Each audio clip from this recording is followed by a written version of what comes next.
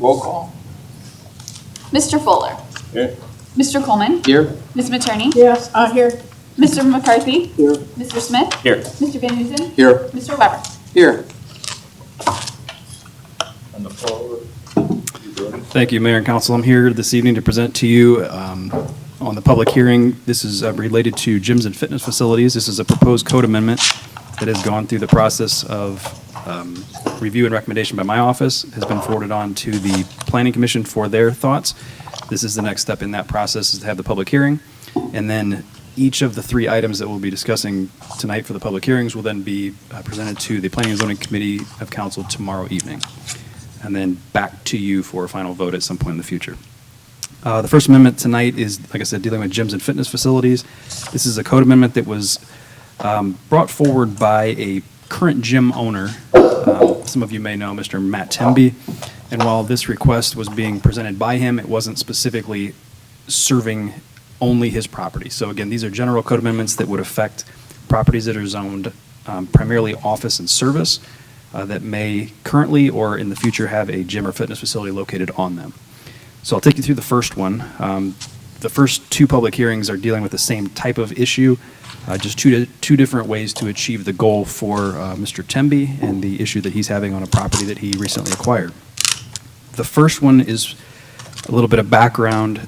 The city of Perrysburg currently makes a distinction between gyms and fitness facilities that are both above 5,000 square feet and below 5,000 square feet. So we treat those differently in certain situations. Mr. Temby's argument for the first code amendment was that the 5,000 threshold, either above or below, was somewhat arbitrary. And looking back through the history, when we did this several years back, he's simply saying that if the goal was to provide a distinction between what we'll call big box gyms and smaller neighborhood gyms, that 5,000 perhaps was not the appropriate number, that the appropriate number would be more in the lines of 12,000 square feet. So this first code amendment was doing several things. Number one, it was redefining the distinction between gyms and fitness facilities from 5,000 to 12,000. So what that would essentially do is keep the existing definitions, but change to be greater than 12,000 or less than 12,000. And once this code amendment achieved that portion of it, it went into the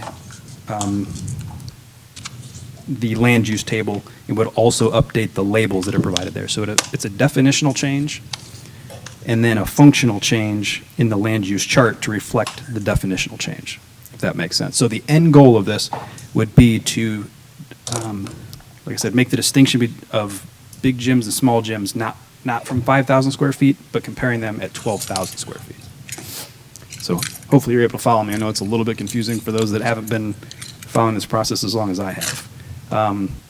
My office recommended approval of this particular version of the code amendment as compared to the one that we'll hear next.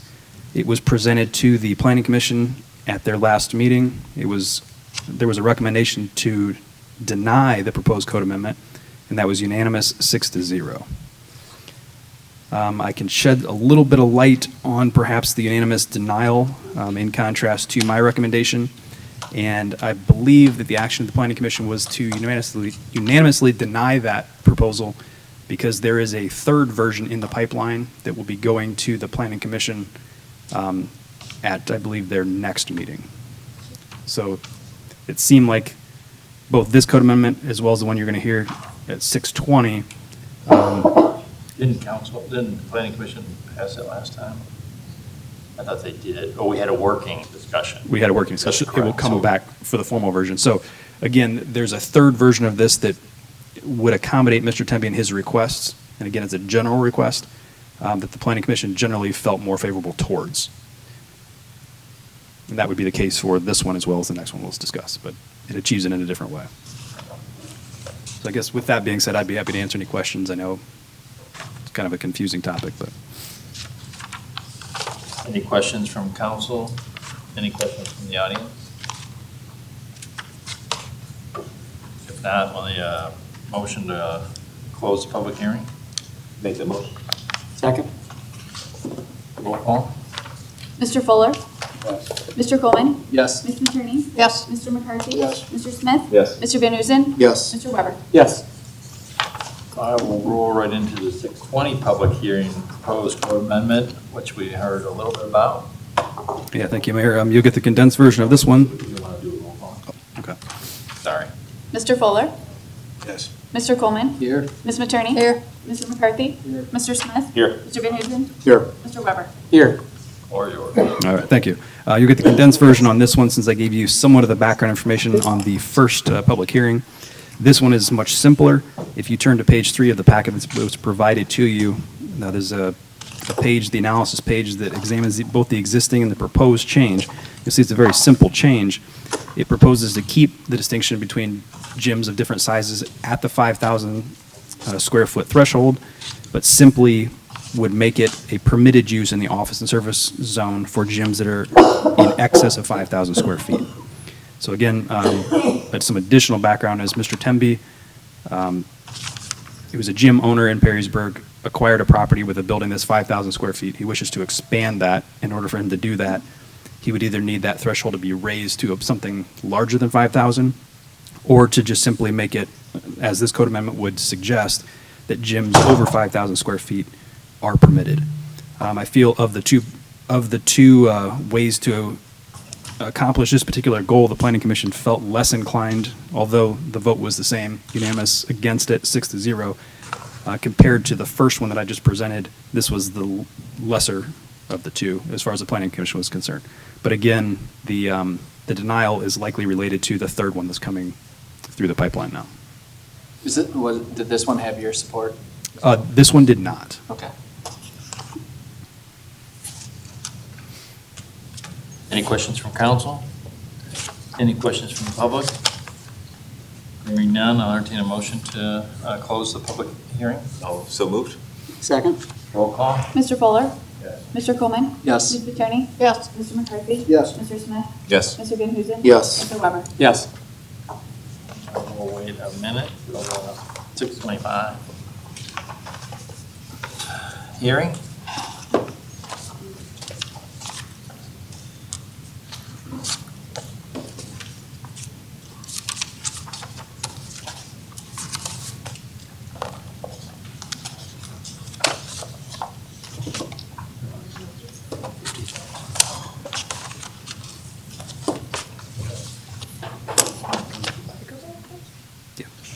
Yeah.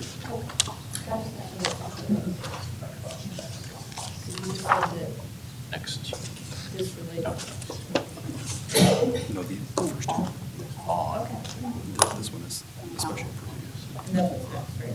Y is the Y, and we're.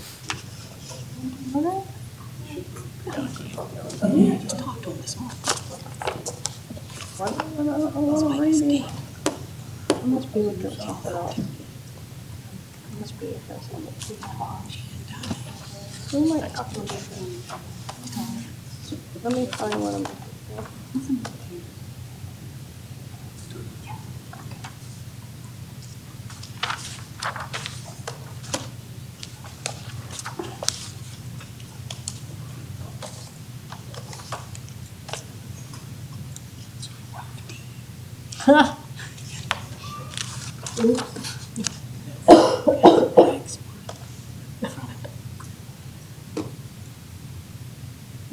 Yell names.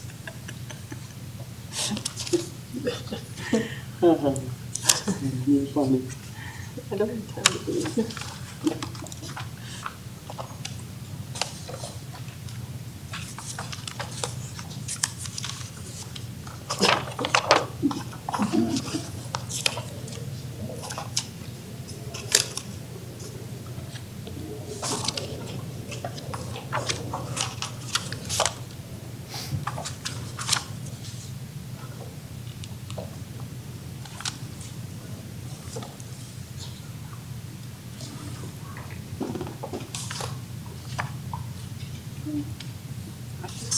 Once. It's still fast.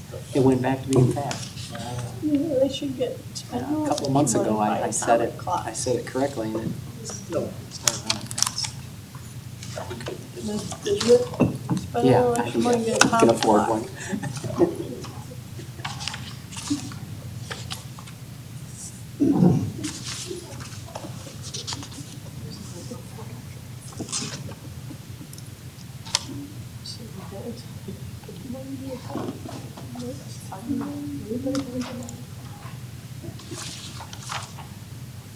All right, we'll get started on the 625 special, public hearing on the special approval use. Roll call. Mr. Fuller.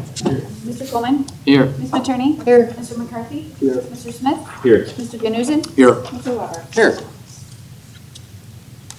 All right, thank you, Mayor and Council. I'm here to present the special approval use and the site plan amendment for the Rotary Community Park Master Plan.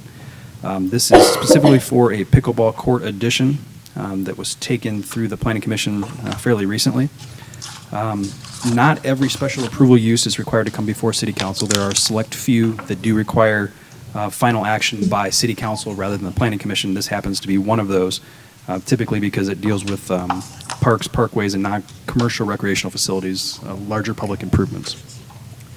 In the memo to you here, I guess it would be the second page of that after the title sheet, these are generally, special approval uses are generally considered by both general requirements, which you'll see at the top there of numbers 1 through 6, and then specific requirements, which you'll see there is 1 through 10, which is extending onto the third page.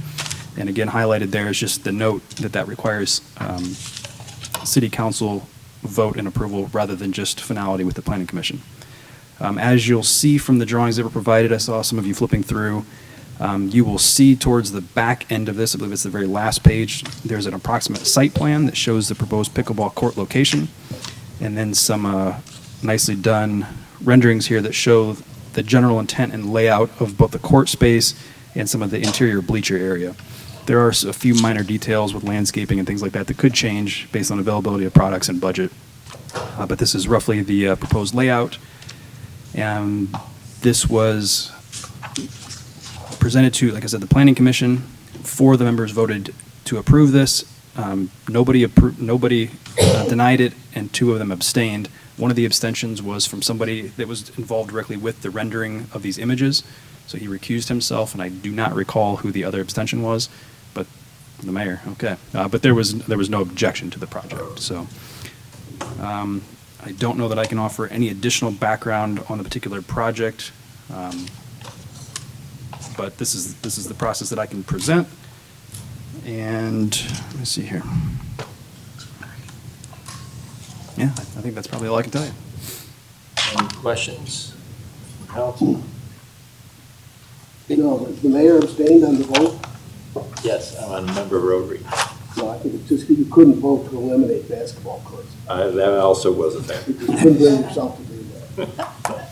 I had a nice cover, though. Yeah, that's right, you did. It was a difficult deal. When do they want to start on this year? I do not know the answer to that. Yes, Okay. yes, the city would actually be doing the construction this time around. Okay. Is there a plan to add, I really like the theme we have going with that shade, and it sounds like we have a little bit of time. Are we planning on adding any more of those sales where the tennis courts already exist? Currently, we're not looking at adding at the tennis courts, but we are kind of focused on this area at the moment and making sure that there's sunshades over that vast majority of the concrete walkway. Yeah. In the middle of the bleachers. I really like it. It makes the whole park seem cohesive. It's a nice touch. Any questions from the public? If not, motion to adjourn. So moved? Second? Roll call. Mr. Fuller. Yes. Mr. Coleman. Yes. Ms. Matroni. Yes. Mr. McCarthy. Mr. Smith. Yes. Mr. Van Huzen. Yes. Mr. Weber. Yes.